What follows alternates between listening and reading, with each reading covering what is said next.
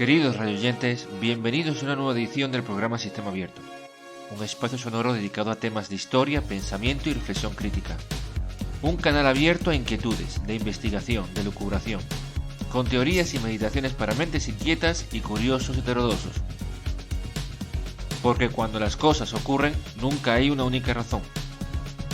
Por supuesto, sin el propósito de ofender a nadie, sino de aportar argumentos a un debate e incitar a la reflexión. Pueden escucharnos a través de nuestros canales en YouTube e iVoox. Y si gustan de la emisión, si es menester aportar algo, les invito a recomendarnos.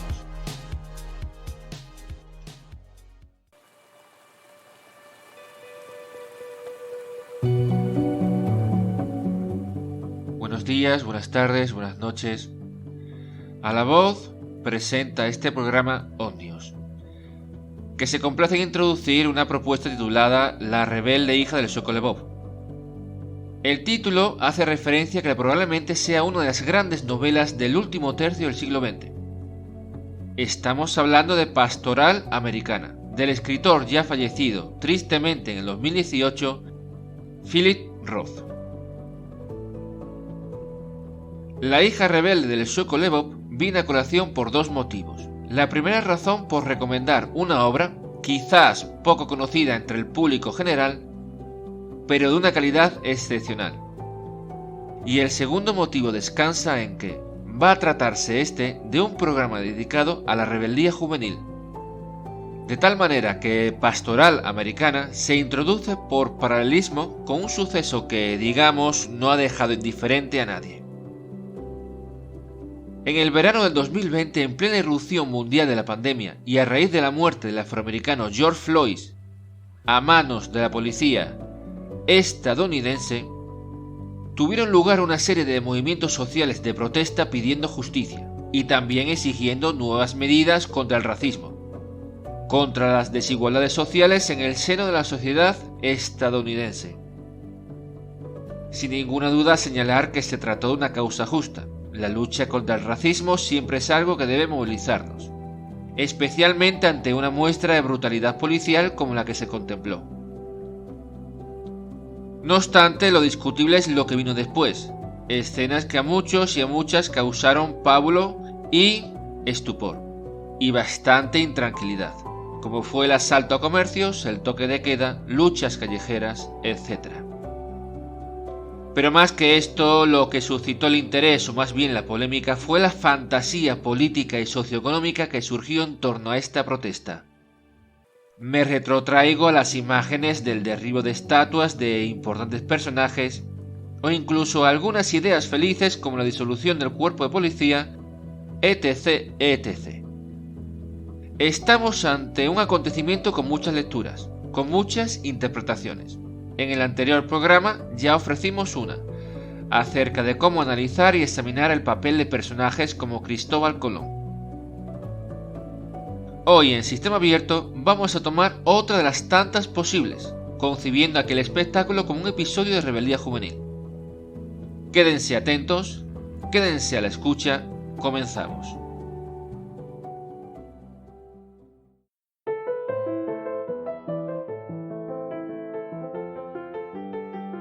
Nunca fuimos jóvenes. Si llevo la cuenta, esa es la conclusión a la que llego.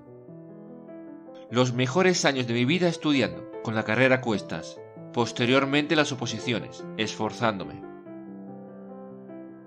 Todas las fiestas que me perdí, las pocas manifestaciones a las que acudí, sin dejarme llevar por los cantos de sirena de los que prometían igualdad y libertad, de los que instigaban a la revolución asegurando cambios que no podían ofrecer, tiempos mejores. No necesité de rebeliones para lograr tiempos mejores. Ninguna de las revoluciones que he vivido me ha solucionado la papeleta. En su lugar el duro trabajo, el esfuerzo. Era muy consciente de que, sobre todo, debía confiar en mi juicio. Era consciente de que mi libertad no dependía de otros sino de mí. De mi capacidad para conducirme según mis propios criterios. Sin afiliarme a modas, a organizaciones y movimientos. Pero nada de esto es de lo que se habla cuando se ensalza a la juventud. Como si nunca hubiéramos sido jóvenes.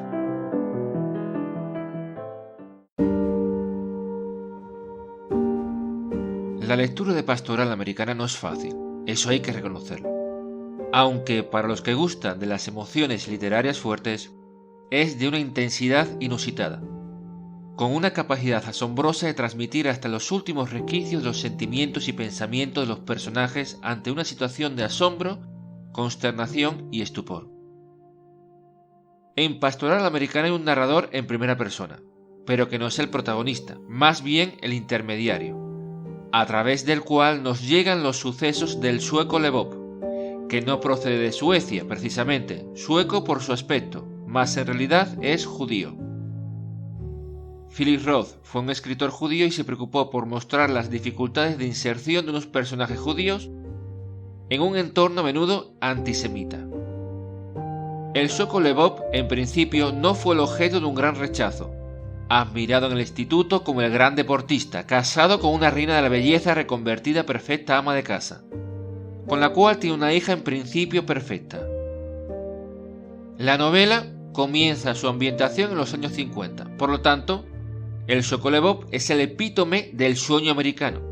Una casa en el extrarradio con jardín y vallas blancas, electrodomésticos de última gama, empresario de éxito, honesto, trabajador, entre sus virtudes que no se mete en política, sorprendentemente tolerante, incluso con las opiniones que le son contrarias.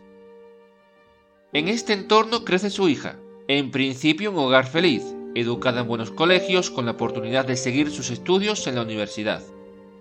Cuenta con una pequeña tartamudez que en principio podría agriarle el carácter, pero sus padres hacen lo posible para que siga adelante. Sin embargo, la niña crece y ya no estamos en los 50, sino que nos adentramos en los 60, época de cambios sociales. Su hija empieza a mostrarse sensible ante todas las injusticias. En la universidad decide hacerse activista, se mete en asociaciones estudiantiles, se apunta a diversas causas. Llegado cierto momento, sus padres dejan de saber de ella, y por mucho que tratan de averiguar no obtienen noticia. Hasta que cierto día a su casa llegan agentes de la ley. Su hija, su buena hija, es sospechosa de haber cometido un atentado con una bomba en el que ha muerto una persona. El sueco Lvov y esposa no son capaces de creerlo, sencillamente es inconcebible. Su hija, su buena hija, que no ha sufrido nunca grandes traumas, si exceptuamos la tartamudez. Su hija, que durante su vida no ha vivido más tensiones de las estrictamente necesarias. Pero cuando el sueco Lvov busca a su hija y finalmente la encuentra, esta misma mente se lo confirma. Es culpable, mas, aparte del propio hecho de saber que ha cometido un atentado, lo que más lo confunde y destroza es ver cómo y en qué condiciones reside. La encuentra en un cuchitril, ha ingresado en una secta relacionada con el jainismo. Entre los mandamientos de dicha secta se halla la prohibición de hacer daño a cualquier ser vivo. La hija del sueco viste con una especie de hábito que le cubre todo el cuerpo con un velo o una gasa delante de la boca y de la nariz que le impide tragarse o aspirar por descuido cualquier insecto o microbio. El sueco Lvov la observa y sencillamente no puede comprenderlo. Su hija, su buena hija, que ha vivido bien, que ha contado con un sinfín de oportunidades, ha podido estudiar, no ha sufrido carencias, ha llegado a la universidad, pero ha decidido rechazar todo aquello que ha recibido de sus padres, lo que le han dejado en herencia para vivir según sus ideales, hasta tal punto que le son más importantes unos microbios, unos insectos, que su propia existencia. El sueco Lvov no es capaz de comprenderlo, sencillamente no lo entiende.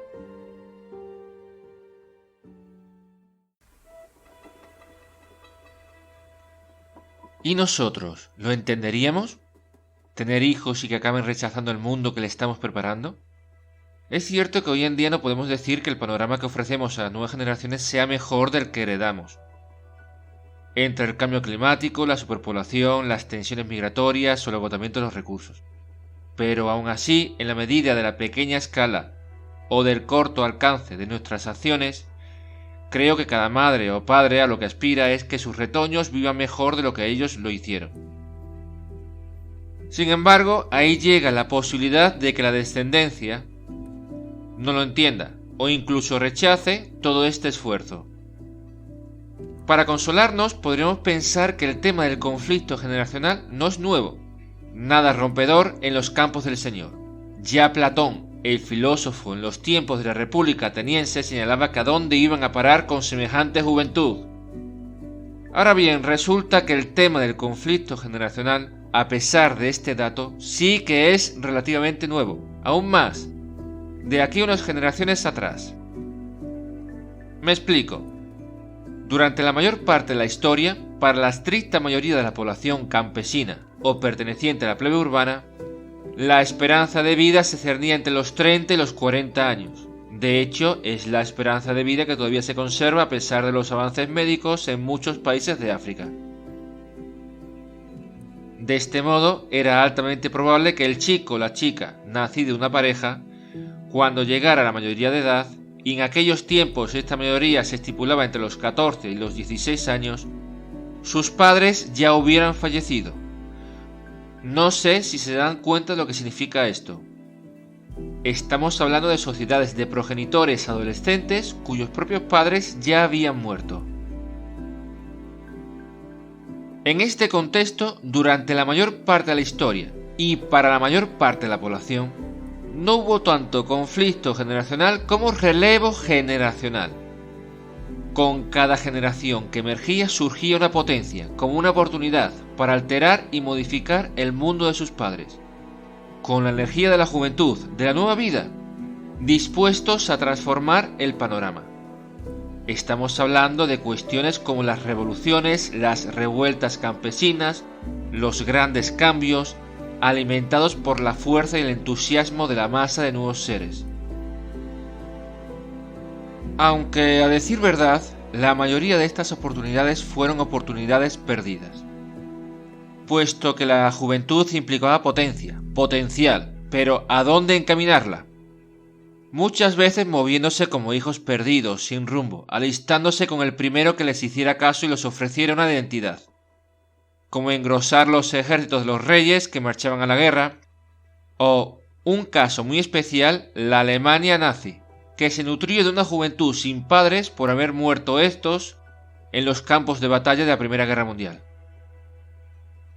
Por supuesto, siempre ha habido excepciones a este tema del relevo generacional. En ciertas clases sociales, en ciertos momentos, ha habido espacios afortunados donde los padres han sobrevivido lo suficiente como para convivir con sus hijos ya mayores, como con Platón entre los ciudadanos de la polis ateniense, o el caso de Francisco de Asís, proveniente de una familia rica y acomodada, pero cuyo camino le llevó a tomar el hábito de la pobreza, o sobre todo con los reyes, los nobles y los burgueses, bien alimentados y con vidas longevas, sometidos a la constante controversia del conflicto generacional. Como ejemplo, el infante Don Carlos, hijo de Felipe II, del que algunos sostienen que contaba con alguna tara mental, en cualquier caso que se rebeló contra su padre e incluso trató de pasarse al bando contrario. Pero, si otrora el conflicto generacional fue cosa de ciertos momentos y ciertos ámbitos, desde hace siglo y medio, con la transición demográfica, ha pasado a ser un suceso cotidiano y general. Hoy en día hablamos de la generación de nuestros padres, de la generación de nuestros abuelos, de la generación de nuestros hijos. Con el alargamiento de la esperanza de vida, ¿cuántas generaciones no llegan a convivir en el mismo hogar?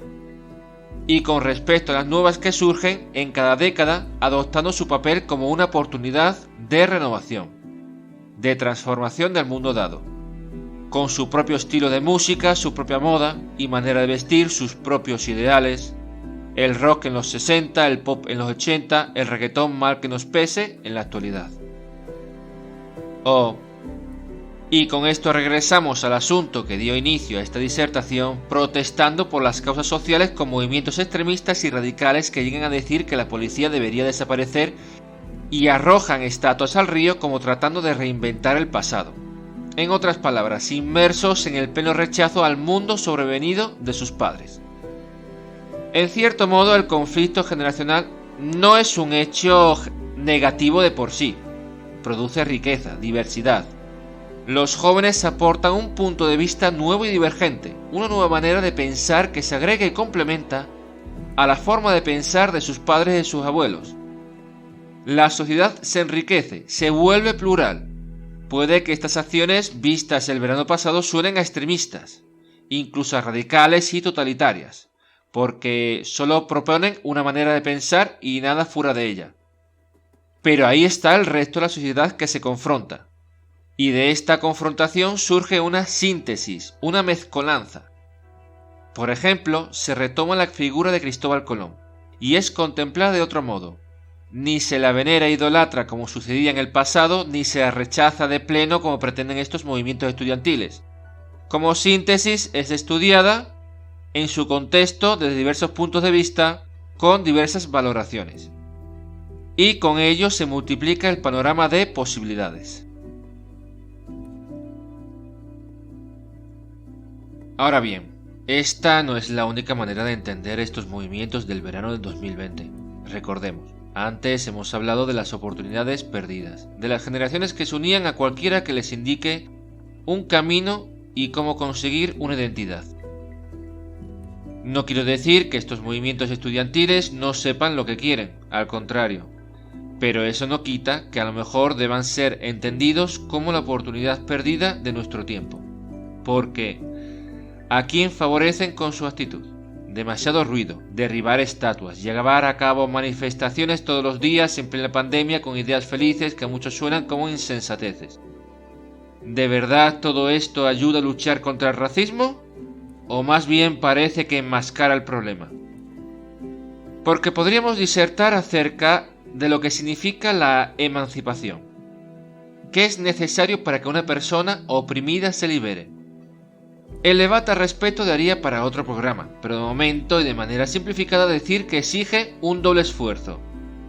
Por un lado, un esfuerzo externo, que consiste en romper con las trabas sociales, culturales, laborales, que impiden que un determinado grupo se desarrolle.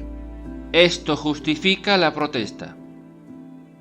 Pero después, y aún más importante que esto, se encuentra el esfuerzo interno, basado en que la persona que se libera, y permitidme hablar en primera persona, que nosotros mismos, en el caso de ser el grupo que intenta emanciparse, deberíamos cambiar nuestra mentalidad, nuestras costumbres, nuestra manera de proceder, si es nuestra pretensión liberarnos. De acuerdo, nos ofrecen una oportunidad. Podemos ir a los mismos locales que la gente de bien. No nos van a mirar mal por ir por la calle. No nos van a prejuzgar cuando vayamos a una entrevista de trabajo. Pero si nos dan una oportunidad, debemos esforzarnos por aprovecharla. Dejar atrás el victimismo, trabajar por demostrar que realmente nos merecemos esta oportunidad. Si vamos a los mismos bares, esforzarnos por llevarnos bien, por comportarnos como dicta la correcta norma social. Si nos llaman por una entrevista de trabajo, estar preparados para la misma. Respecto a la historia, conocerla, para saber de dónde venimos, a dónde vamos, sin acritud. La historia es el pasado, lo que debemos mejorar es el futuro. En otras palabras, entender que no solo es una cuestión de derechos, sino también de deberes. Dicho con un ejemplo, se ofrece la idea de que la emancipación es como el joven que le dice a su madre, a su padre, que es ya mayor y que quiere que lo traten como un adulto. El joven entonces, si obtiene la oportunidad, debe comportarse como adulto para demostrar que lo es. Alguien ante esto podría argumentar que los oprimidos no tienen por qué cambiar de comportamiento, simplemente con ser ellos mismos y con que les dejen en paz es suficiente. Ahora bien, ya he dicho que este de la emancipación es un tema bastante amplio de que cabría expandir en otro programa. De momento, utilizando la lógica, decir: si alguien está oprimido, o piensa que lo está, es porque siente que no se encuentra integrado del todo en la sociedad, y busca integrarse, porque si no pretendiera esto, no concebiría las agresiones a su persona como una vulneración de sus derechos, sino como las acciones de un enemigo extranjero y ajeno. En otras palabras, cuando el agredido por la policía apela, clamando justicia, a la misma ley que ese policía debe defender, es porque pretende que esa ley lo ampare. Sigamos con el razonamiento. Cuando alguien se siente oprimido, se comporta como oprimido y recela como oprimido. Cuando busca la libertad y obtiene una oportunidad, si sigue concibiéndose como víctima, como oprimido, por mucho que se le favorezca, seguirá comportándose y sintiéndose como oprimido. Entonces, solo podrá ser libre realmente si interioriza un compromiso que lo aleje del papel de víctima, que lo posicione de igual a igual con la sociedad en la que pretende integrarse, obteniendo los derechos que le corresponden, pero también cumpliendo con los deberes que se le exigen. Entre los derechos está conservar su propia identidad, eso no se elimina, pero entre los deberes no esperar un trato preferente. De ahí el nuevo punto de vista. ¿De verdad derribar estatuas y denunciar un pasado que ya se sabe que no es el mejor, pero es el pasado que tenemos, favorece la lucha contra el racismo? Porque una cosa es protestar contra la muerte injusta de George Floyd, eso es el esfuerzo externo necesario para romper las trabas, pero otra muy bien distinta es alentar el victimismo. Lo positivo sería promover la inclusión social, favorecer la educación de las masas desfavorecidas, concederles oportunidades para la mejora laboral y que los guetos dejen de ser guetos. En cambio, alentar el victimismo y la diferencia es como decir: vosotros seguís como hasta ahora, protestad, protestad, seguid clamando que nadie os quiere, que estáis solos, no cambiéis, que nosotros os vamos a defender. Es como una especie de paternalismo, es como pretender que esas personas que defendemos dependan siempre de nosotros, como los padres que se autoengañan ante un hijo que no estudia, no se esfuerza. Y lo ayudan, lo protegen contra viento y marea contra las agresiones, de tal manera que no lo dejan madurar como adulto. Este último concepto es bastante interesante, y repito que da para otro programa. Concebir la opresión como un estado de inmadurez social, como el niño al que no dejan ser adulto o que se niega a ser adulto. Realmente es muy interesante. Como conclusión, el tema dado por mucho, la rebeldía juvenil, como algo que aporta nuevos valores, nuevas ideas a la sociedad plural, pero teniendo cuidado de que no se vaya a convertir en una oportunidad perdida. Podríamos seguir hablando y extendiéndonos, aunque ya nos tenemos que despedir aquí en Sistema Abierto. A la voz los saluda Osnios, esperando que el programa les haya resultado grato e instructivo, y emplazándoles a seguirnos en nuevas emisiones si gustan. Buenas tardes, buenos días, buenas noches y hasta la próxima.